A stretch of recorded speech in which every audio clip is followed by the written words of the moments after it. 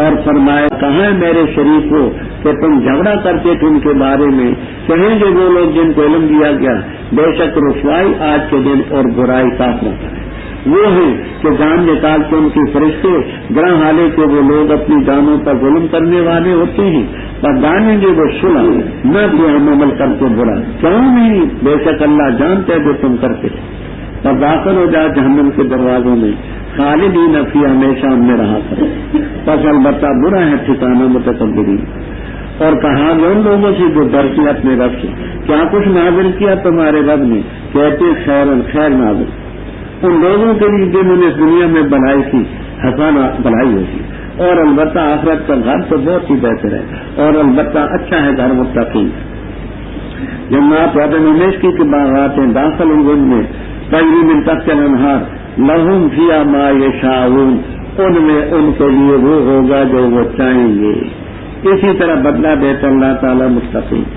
وہ ہے کہ جان نکال کے ان کی فرشتے طیبین صاف ستھرے ہوتے ہیں فرشتے کہتے ہیں سلام علیکم داخل ہو جائے جنت میں بسبب اس کے جو تم عمل کرتے تھے نہیں انتظار کرتے مگر اس کے کیا ان کے پاس فرشتے یا ہے تیرے رب کا حکم اسی طرح کیا ان لوگوں نے جو ان سے پہلے تھے اور نہیں اللہ تعالیٰ نے ان پر ظلم کیا لیکن تھے وہ اپنی جانوں پر ظلم کرتے پر پہنچی ان کو برائیاں اس کی جو انہوں نے عمل کیا اور گھیر لیا ان کو اس چیز نے جس سے استدعا کرتے تھے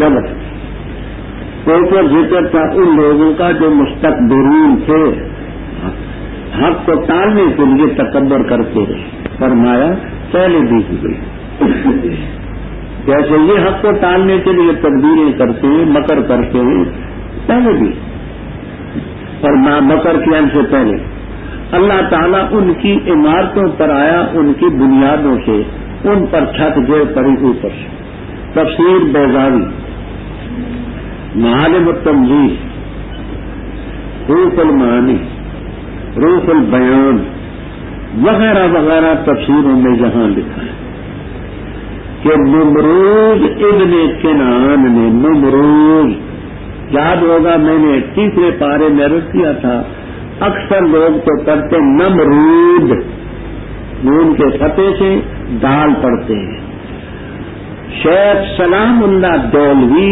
رحمہ اللہ تعالی متاخرین میں بڑے نقطہ رسم مفسر وہ بھی لکھتے ہیں اور حضرات بھی لکھتے ہیں کہ یہ لفظ ہے نمرود بضم نون اور آگے زال ہے ذکر والے نمرود ابن کنعان جو ابراہیم علیہ السلام کے زمانے میں جابر ظالم بادشاہ اور خازن رحم اللہ تعالی لکھتے ہیں کہ 4 بادشاہ دنیا میں ہوئے ساری دنیا کے 4 2 مسلمان 2 کافر یہ خازن رحم اللہ تعالی الم تر الی الذی حاج ابراہیم کی تفسیر میں لکھتے ہیں 2 مسلمان سلیمان علیہ السلام ذوالقرنین یہ ساری زمین کے حاکم ہوئے مسلمان اور 2 کافر ایک نمرود ابن کنعان اور دوسرا بخت نشرہ ایرانی تو اس نمرود ابن کنعان نے بہت بڑا محل بنایا اس کے اندر ناچتے بھی تھے شرابیں پیتے تھے بدماشیاں کرتے تھے بڑا کچھ ہوتا کہتے ہیں کہ اس کے نیچے بیٹھے تھے اللہ تعالیٰ نے تند اور تیز ہوا بھیجی اور وہ مکان ان پر گرا اور تھک جن تمام تفسیروں میں بیضاوی خازن معالم وغیرہ وغیرہ تمام تفسیروں میں یہ موجود ہے اوپر سے عذاب ہے جہاں سے ان کو شعور بھی نہ یہ تو دنیا کی رسوائی ہوگی اور قیامت کی رسوائی اس کے نام ہے رب تعالیٰ فرمائیں گے میرے شریک وہ یعنی نفس الامر میں تو نہیں تم نے جن کو بنا رکھا تھا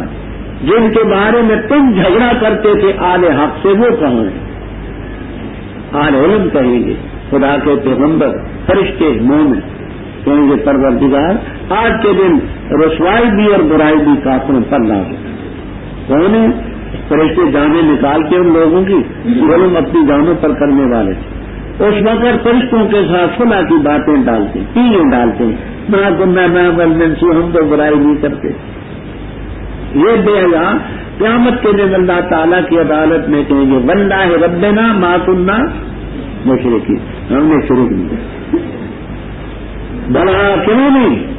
اللہ تعالیٰ جانتے جو تم کرتے سیدھے جہنم کے دروازوں میں داخل ہو کر بیٹھو مت سنتے. یہ تو تھے متکبرین. اب مد مقابل ان کا ذکر بھی سن لو جو اللہ سے ڈرنے والے مخلصین.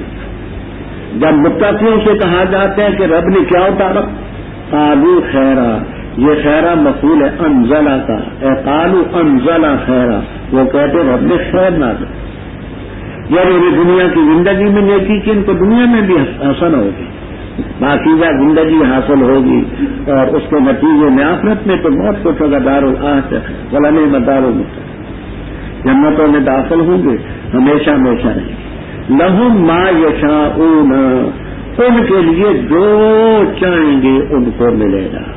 کذالک یجزی اللہ المتقین. لطیفہ بھی ہے، حقیقت بھی ہے. آلوسی رحم اللہ تعالی نے یہاں خاصی بات،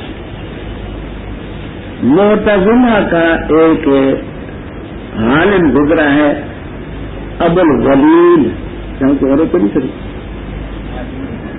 کیا کہتے ہیں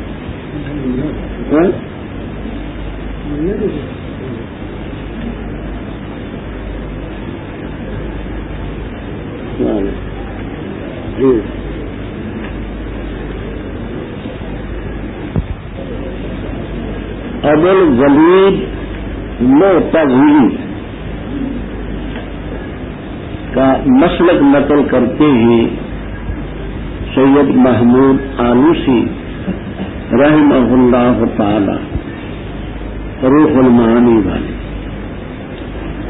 کہتے ہیں کہ وہ کہتا ہے لہم فیہا اے فی الجنات ما یشاؤون، جو چاہیں گے جنت میں ان کو ملے گا. وہ کہتے ہیں کہ وہاں لواطت بھی ہوگی،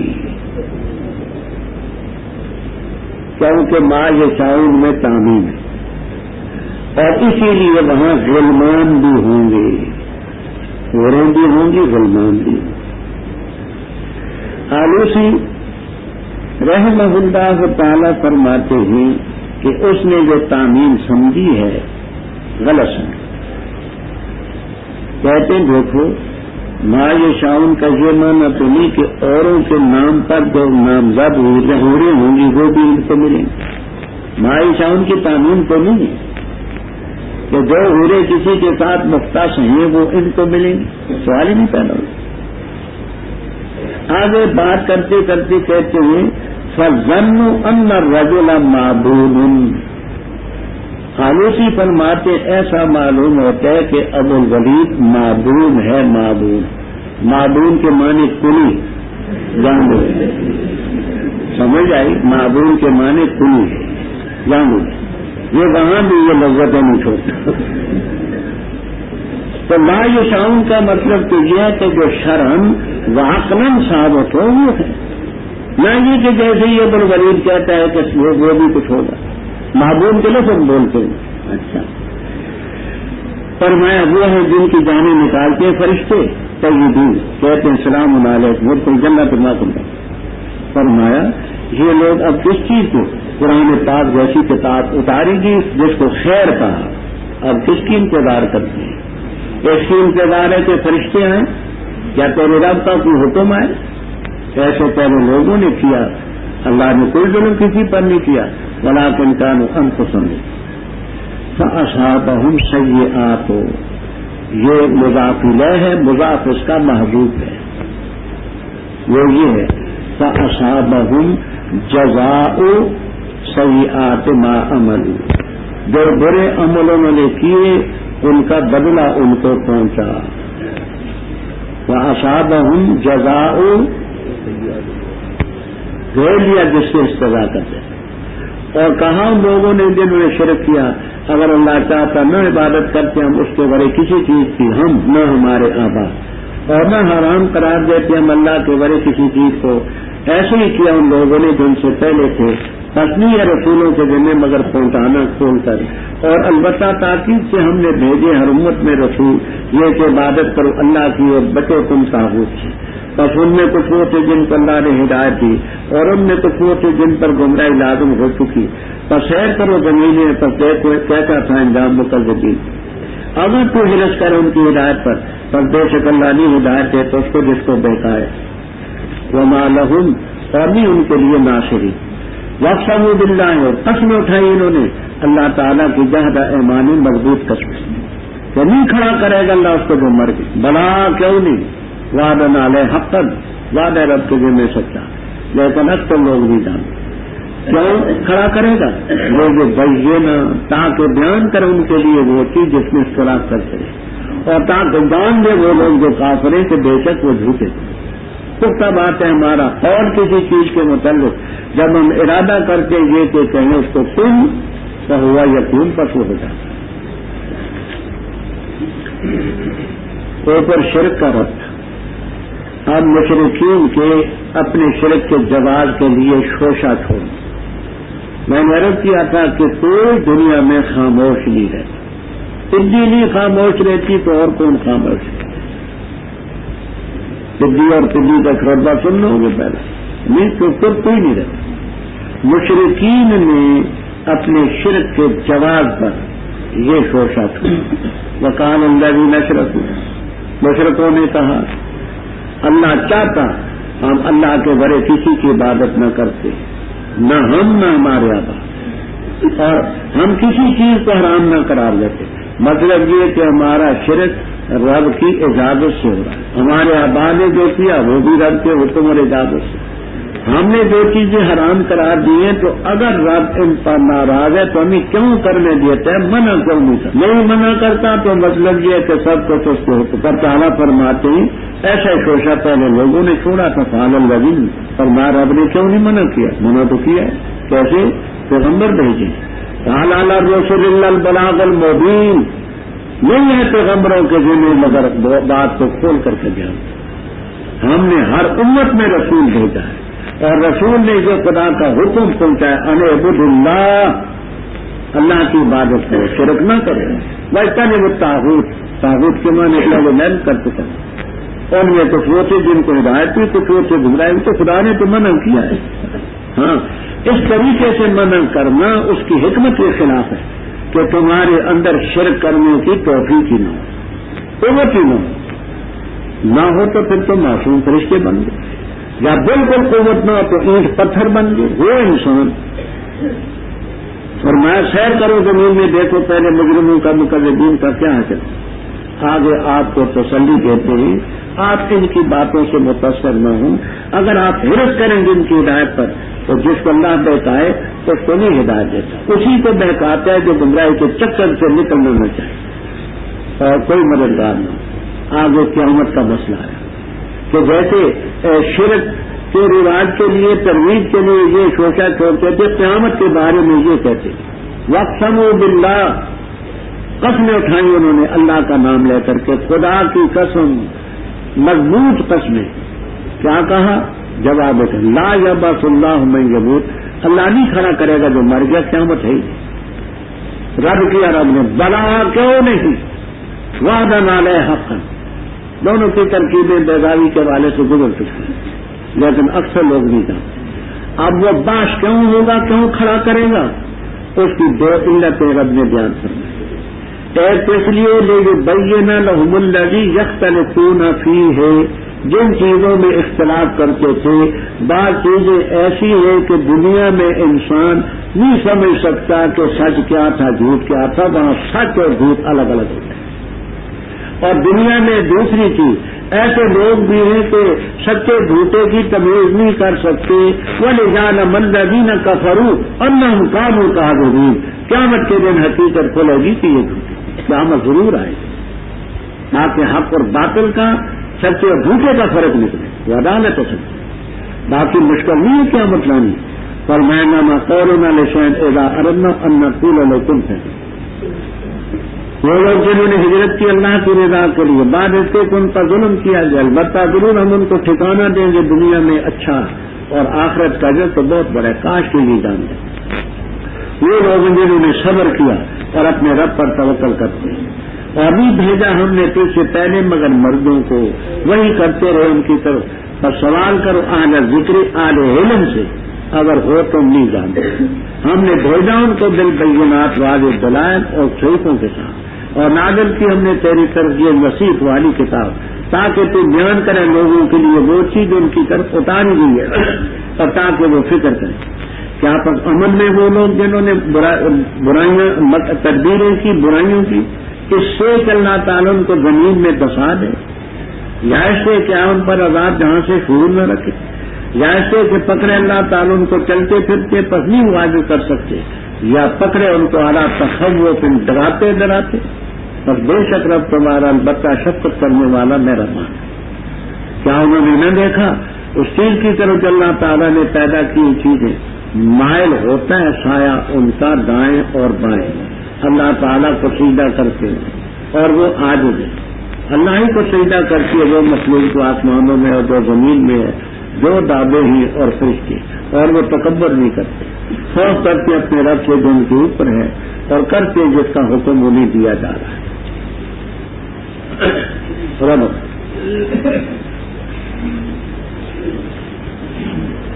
تو اوپر ذکر تھا کفار کا کہ یہ توحید کا بھی انکار کرتے ہیں اور قیامت کا بھی انکار کرتے ہیں، بخلاف اس کے جو توحید کے قیامت کے حق کے قائم ہیں ان بیچاروں پر بڑے مظالم ہیں.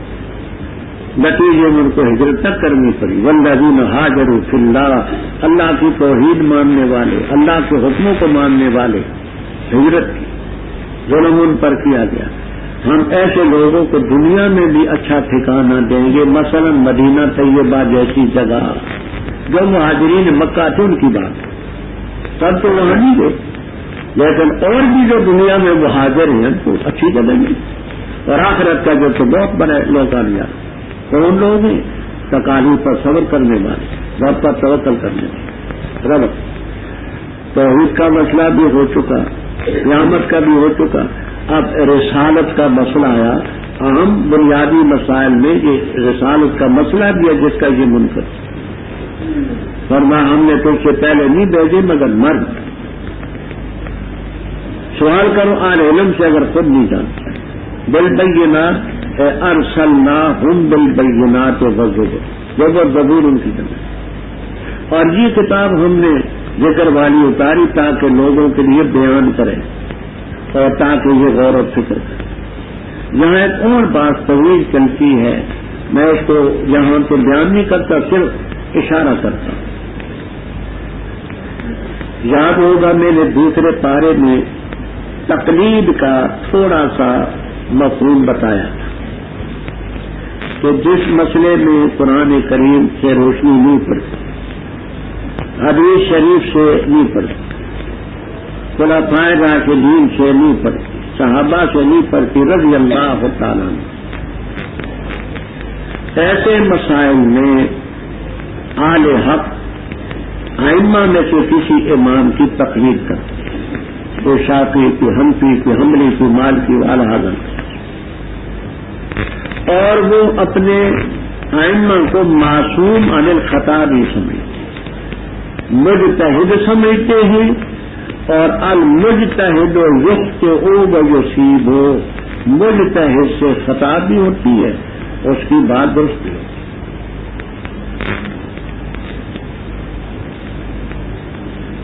ہم نے الکلام المفید میں پر خاصی مبسوط بات کی. غیر مقلدین حضرات کے مقتدی عالم مولانا سید نذیر حسین دہلوی کی کتاب ہے معیار الحق. ہم نے معیار الحق کا حوالہ دیا. وہ کہتے ہیں کہ جب کوئی آدمی جاہل ہو تو اس کا فریضہ ہے کہ عالم سے پوچھے، علماء سے پوچھے. کیوں؟ رب تعالیٰ فرماتے فاسألوا اہل الذکر ان کنتم لا تعلمون، علم نہ ہو تمہارے پاس علماء سے. جاہل کا فریضہ ہے علماء سے پوچھو. پھر آگے فرماتے ہیں، کہتے ہیں کہ آدمی اس کا مکلف نہیں کہ سب علماء سے پوچھے، ایک عالم سے پوچھے تو اس کا ذمہ پورا ہو. ظاہر ہو تو علماء کی طرف رجوع کرنے کا حکم واجب ہے. قرآن فصلو امر وجوب کے لیے واجب ہے کہ علماء کی طرف رجوع. پھر کہتے ہیں اس کا شرعاً مکلف نہیں کہ سارے علماء سے پوچھے، ایک ثقہ عالم کی بات بھی اس کے لیے کافی اور تقریر سے فارغ ہے. تو میں نے کہا کسی کا نام تو تقریر شخصی ہے جس کی آپ تردید کے درپے ہیں. جاہل کو عالم علماء کی طرف رجوع کرنا ہے. آپ خود کہتے ہیں کہ فصلو اہل ذکر امر کا سیغہ ہے اور حوالے آپ نے نقل کیے کہ واجب ہے. تو جاہل ہو تو اس کو علماء کی طرف رجوع کرنا ضروری ہے. اگر اس کی بات نہیں ہو جو تو پھر رجوع کرنے کا کیا مانا؟ قرآن کریم نے معاذ اللہ یہ معمول حکم کیوں دیا کہ فصلو اہل ذکر ان کنتم لا تعلمون؟